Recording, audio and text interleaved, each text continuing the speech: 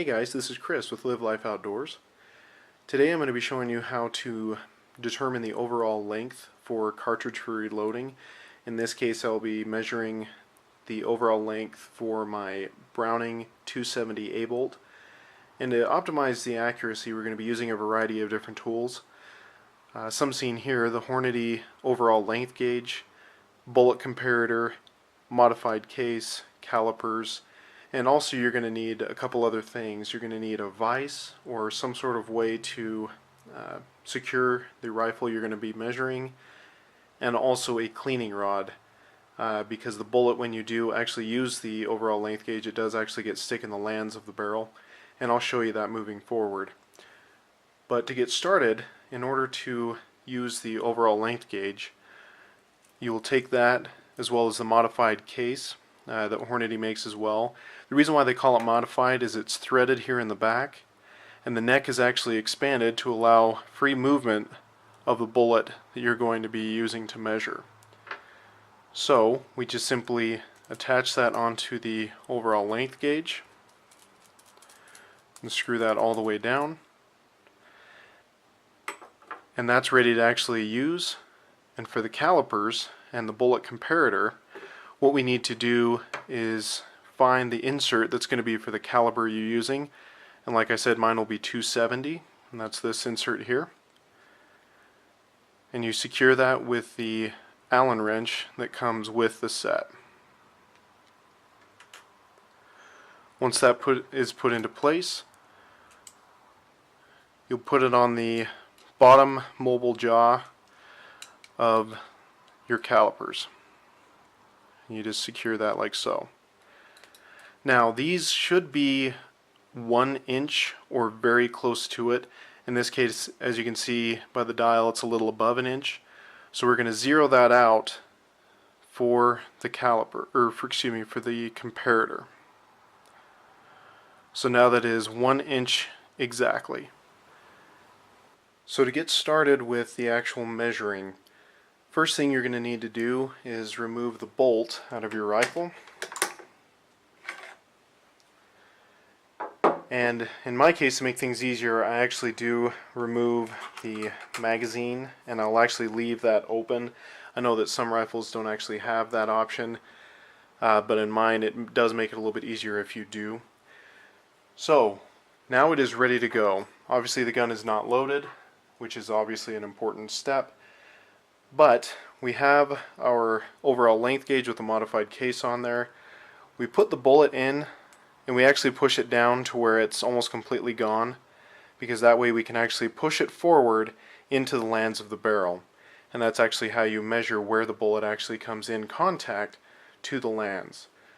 So from the back where the bolt was removed, you insert the overall length gauge all the way, and this is as if the bullet were actually loaded into the action for firing.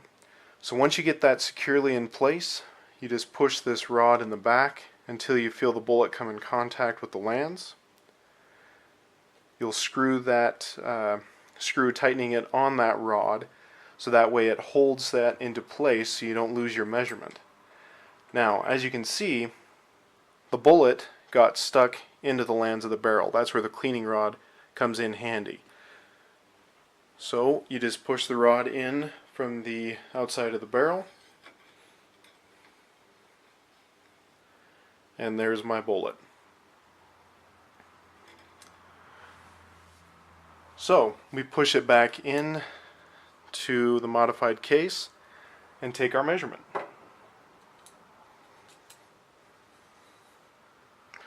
When you measure it, there's a little groove right here, and that's where the top jaw of the caliper goes. Then you just close it down with the comparator. And in this case I have a measurement of 3.817 inches. Now the important thing to note with the comparator is with the insert it does come down and take the measurement from the ogive of the bullet. The reason why this is important is bullets have different me plats, which is the very tip of the bullet. Even within the same box of bullets, the same lot number, everything, especially soft points, full metal jackets, and so forth, the actual me-plat of the bullet does have slight variations, whether it be the jacketing or the ballistic tips or what have you. But the ogive of the bullet will be much, much more consistent and a much more precise measurement to be able to retrieve for measuring the actual seating depth that you're going to want to use for your bullet.